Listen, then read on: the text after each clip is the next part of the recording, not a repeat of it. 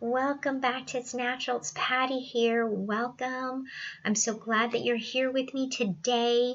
We are going to be discussing our food recall for the week of August 13th through the 19th.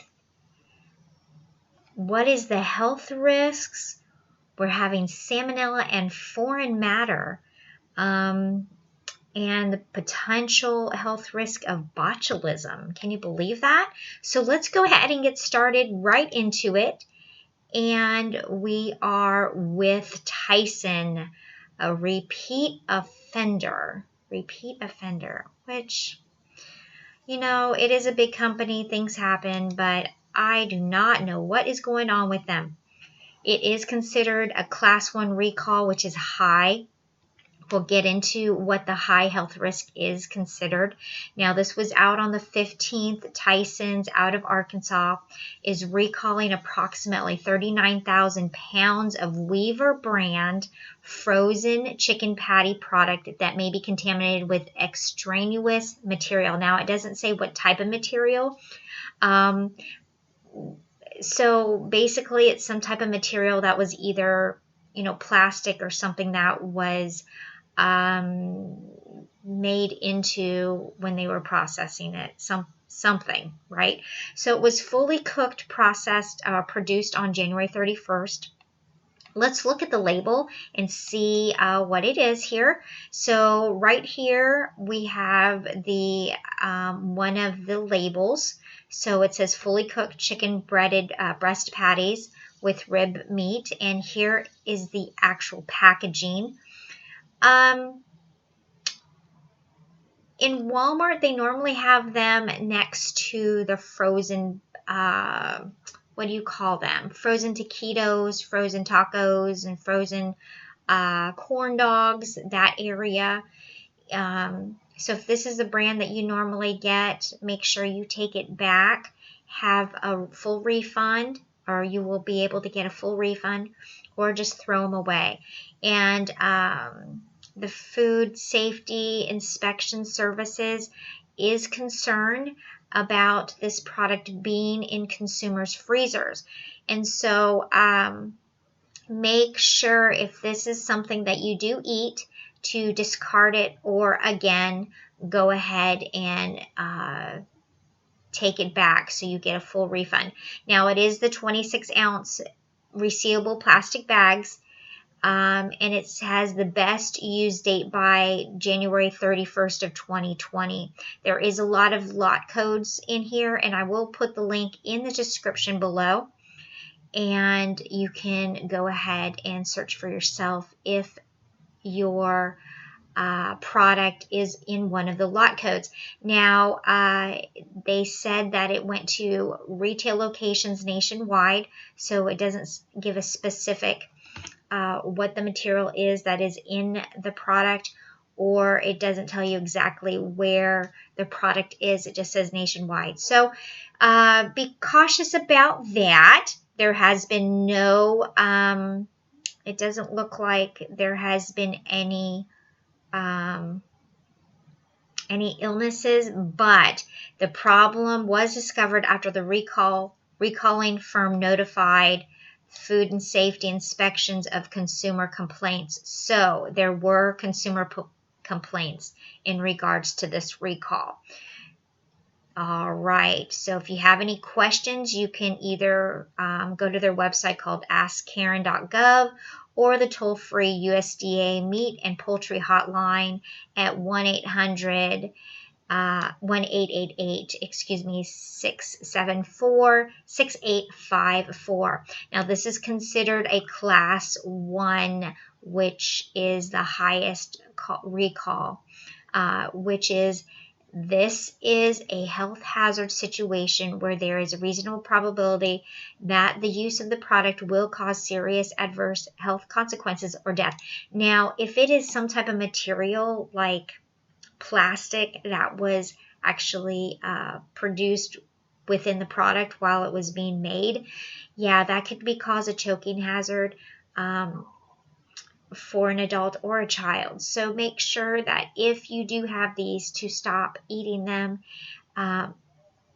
and go to the place where you purchase them, and here's the package again, and get a full refund. So that was the only one for the USDA. Now let's go to the FDA. Now this is a probable suspected. It's possible, here we go, possible health risk. It's ours, I think I'm saying that right, recalls grain salmon caviar 95G, which I think is 95 grams. It was recalled on the 15th. Now they're saying this is a possible potential contamination of botulism, which is a fatal food poisoning. Now, if you do have symptoms of botulism, they're considered weakness, dizziness, double vision, double with speaking or swallowing. You have difficulty of breathing, weakness of other muscles, abdominal distension, constipation, and you need to seek professional attention, medical professional attention. Now, they were distributed in a few states, California, New York, Oregon, and Washington. Now, they think it might be distributed in other states other than that. So if you do eat caviar, make sure you look in your cupboard to see if you have this brand, and I will go down further to show you the label. And also in Canada, it is packaged in a metal container. The best before October 7th, 2020. No illnesses have been reported, but it was found by the Canadian Food Inspection Agency, which because of their analysis, they showed low salt content. The salt content helps keep the bacteria from growing. So therefore, since the content of salt in the product has been lower than projected in the sample testing, they're recalling all of them. There was no botulism detected in the product. So this is being made, this recall is being made with the knowledge of the USDA. And let's look and see what the product photos look like. So there you have it, the caviar. I do not know what this language is, but it was from Canada, so it came internationally into the United States, but it doesn't say where from, so it could have been imported from Canada, and then we imported it from Canada to the United States. So there you go. It says the ingredients is salmon, roe, salt, subboric acid, protect freshness. So the salt content was low. All right, our next one is dog food, dog treat. Dog Goods USA is conducting a voluntary recall of Chef Toby Pear Ears treat. Oh my goodness, for possible salmonella health risk. Now this is, you're thinking, why is dog food on a recall list? Well, because if a dog, this is what they're saying in here, is if a dog gets salmonella, it can be passed to other dogs and to humans. So the recall went into the food and beverage section for the the FDA. So this was published on the 16th, and they, let's see here, they're working together with the CDC and with the FDA, and they're investigating the possible link right here. It says between the pig-eared pet treats and human cases of salmonella. All right, and so there is a lot of lot codes here, and so the link will be down below in the description if this is something that you give your pet. Now, it was brought to United States from a supplier in Brazil from September 2018 through August of 2019, and it was distributed nationwide to retail stores. So this can be in any retail store in the United States, and it was manufactured in Brazil, and it was tested by the FDA sample that they received for salmonella. So let's see what uh, the symptoms are for humans and for pets. So for humans, for salmonella, you could have nausea, vomiting, diarrhea or bloody diarrhea, abdominal cramping, and fever. Now it says rarely salmonella can result in more serious ailments, but they can. For instance, infections, muscle pain, arthritis, eye irritation, urinary tract symptoms. So check to see if this is a product that you have for your dog. And if you're having some of those symptoms, seek professional healthcare help for that. Now, the same for your vet, or for your pet, I should say. Take them to a vet. That's pretty funny. But anyway, okay, so pets with salmonella. They are lethargic, they have diarrhea or bloody diarrhea, fever and vomiting, and some pets have a decrease in appetite, fever, abdominal pain. So some of the similar symptoms as a human.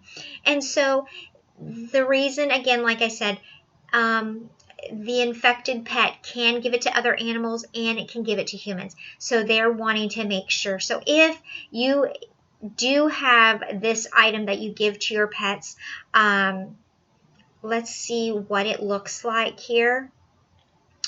This is the label. There's Chef Toby here with a little hat. That's so cute. Half pig ear chews for dogs. And this is what the label looks like. It says wholesome and delicious chew for dogs. Natural pig ears. Helps clean gums and teeth. And so there is the label. If that is something that you give your dog, make sure that you watch your dog. I don't know if vets can test dogs' blood to see if they have salmonella, or if there is a test for salmonella. I really don't know. But just be cautious and watch your dog, and make sure you wash your hands. Take it back to where you purchased it. I don't know if it can, if it's used or not. I would assume that they would go ahead and be able to take it back for a full refund or just discard it. So there you have it. We didn't have that much this week at all. Can you believe it? And hopefully we don't have any more from Tyson. I know they're a big organization and things happen, like machines break down or plastics get in. If a machine breaks down or something happens, there's a very possibility that things break and get into the production of the food. And so I'm glad that, well, what's sad is that, consumer found it. And so it wasn't found while in the process of being made. So I hope Tyson, big organizations, and they're trying to get as much out as possible. They slow down a little bit and really look and see why they are going through so many recalls, because I tell you what, they've had a lot. And so I hope that gets fixed for our sake and for the consumer's sake. So anyways, I am so glad that you came and tuned in with me, and I will keep you up to date. Now, I will be publishing or posting a lot of videos, so make sure you like, subscribe, and share, and make sure your notification bell is on for my next video. And I will talk to you soon. Thank you again for watching.